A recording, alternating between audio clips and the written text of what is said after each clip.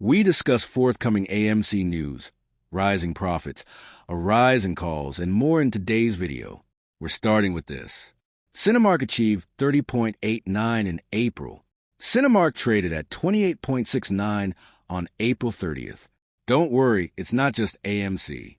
Coming theatrical revenues will be profitable. Today, AMC has closed at 1.45 after hitting 1.94 in mid-April. Before the decline, we must remember that this was a gain from 0.93. We're still up at the start of April. Of course, other companies in the same industry are also declining. This isn't typical. AMC may be manipulated or suppressed, but we must understand the sector and its future. First, the nicest aspect is that we are filling more seats and selling more with less release than pre-COVID, and our Q2 statistics are not far off. Everyone's focusing on fresh releases, not appreciating how enormous the AMC re-releases have been. Adam probably said the box office didn't need to approach pre-pandemic levels for AMC to be successful. Let's immediately examine this and its importance. We must realize we are in AMC for the long haul. Most AMC apes have been AMC for a while. This 2-week fall shouldn't hurt you. As a long-time resident, it shouldn't make you emotional. AMC's long-term performance has already been discussed, especially with AMC's exclusives. AMC has more screens than any other company in the industry, so they can capture what's hot in new releases and old movies that people still want to watch without slowing down the momentum of successful new releases. This is only possible at AMC due to their many screens. It will help AMC grow and make more money. We must also consider that more institutions are upgrading and buying more AMC. This is why I don't concern about AMC's tiny dip, especially because huge institutions, regular investors, and apes are all looking at it as an opportunity. Remember, they said theaters were dead, yet AMC is setting a record. This is the outcome. AMC opens with 4 million in 5 days, 217 million globally, crowded theaters. So we know AMC is growing. So we're not relying on the new success, which is really good. So we're already benefiting a lot from that. But we're also successful with old movies that people still want to watch, and AMC profits from that. I think this is wonderful because AMC makes money from ticket fees, food, and drinks. Why the industry is selling off isn't to suggest there's no manipulation. This shows no significant growth in Cinemark or IMAX.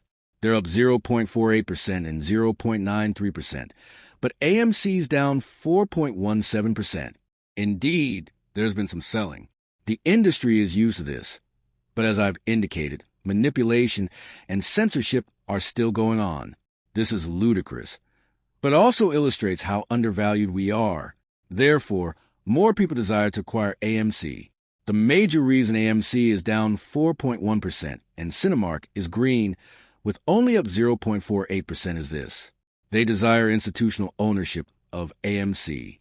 They want retail AMC share sales. If we look at AMC's news, or if you want to look for the bad news, there haven't been many in recent years. The only news has been nice news about how great the new box office is doing and how much AMC is making. This is the only news I can find that isn't favorable but nor negative. Today, AMC filed the 10K amendment with 612 Class of Common shares outstanding. Shares are up due to the February 150 million ATM. Most of AMC's recent news has been about our performance.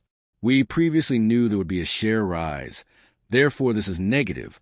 We knew about the 150 million, but this accounts for it. Thus, the share growth wasn't unexpected. We knew this had happened, thus demonstrating its absurdity. Additionally, short interest is rising. We've stated that the claimed short interest is false. We've seen this happen with AMC, GME, and Avis, where short interest went up to a short squeeze was 15 to 25%. Similar to AMC, it proves the self-reported short interest is false. Given our indications and 300% synthetic interest, those are data we should examine. Short interest is rising again, proving that AMC's sell-off isn't due to investors leaving, not because AMC has bad news. We've shown this, but suppression is to blame, due to frequent shorting. As seen, this company isn't fading. Naked shorts are trapped trying to capitulate retail before the enormous run-up to fair market value. we're seeing $44 plus. Again, 77% off exchange. We've said that 77% short off exchange means a price drop. It's happened before. Even at 60%, which is above the market median, AMC rises 10% to 15% daily. It shows how destructive off-exchange traders are, how they're manipulating AMC, and why we haven't seen a genuine price reflection. Also, let's discuss the positive news. To explain why we're in a position to move up and why we shouldn't see any sell-offs, AMC was free and not in bankruptcy shackles in early 2020 before the pandemic's large debt loads. AMC has been in restrictive covenant prison since 2020. Every big move required consent soliciting, and tonight is the first time since pre-ape and pre-pandemic that international alien and domestic administrative hurdles were crossed concurrently. Remember how hard AMC has struggled to navigate in recent years. To emphasize how difficult it has been, not that they haven't done well. This is essential because Adam Aron was doing big things, even while we had massive navigation limits. First, the XL debuted at AMC auditoriums in April 2025. This is crucial since it targets larger screen watching without IMAX or Dolby Cinema. Instead of relying on increasing IMAX ticket prices to recoup investments, AMC can now collect a higher share. AMC has increased flexibility and reduced costs compared to licensed premium formats. With more consumers choosing AMC as their preferred theater this year, with XLMC being the most popular screen, they can collect a higher share of ticket sales for each showing. This was AMC's practice for years. While finding solutions was challenging, they did this. You can watch this happening now. Because people are watching this on AMC screens rather than other screens, the box office is growing and will have a higher margin than in prior years. That's the main takeaway. Adam Aron has stated that currency is king. This quarter's balance statement may show $99.3 million from the insurer to AMC. There are numerous things to watch for earnings Tuesday. My excitement for that is also due to that. It truly reveals what to watch out for. Cinemark's actions are known. First, $643.1 million, exceeding expectations. Year-over-year attendance up 17%. Net loss fell to $6.4 million. Management dubbed it the best Q1 since the pandemic. Here are Cinemark's earnings. This is crucial since we can use it to predict AMC's performance. Remember that AMC will increase attendance and revenue as they beat revenue. And with additional displays, income will soar. We have many intriguing things to watch. Cinemark is profiting from this.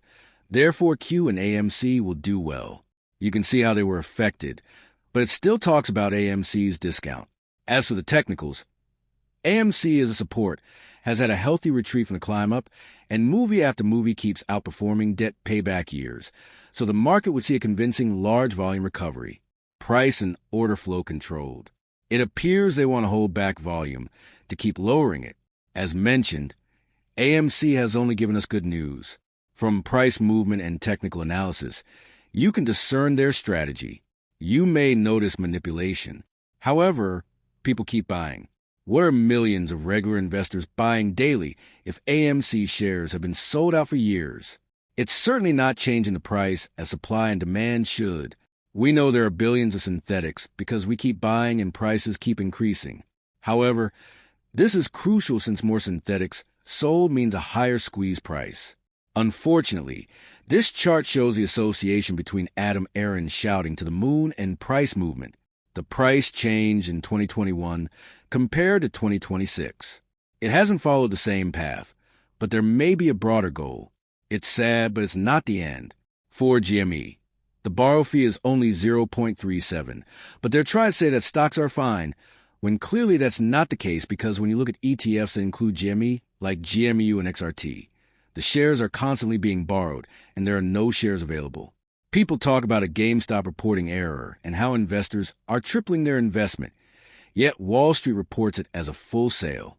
It just discusses behind-the-scenes events.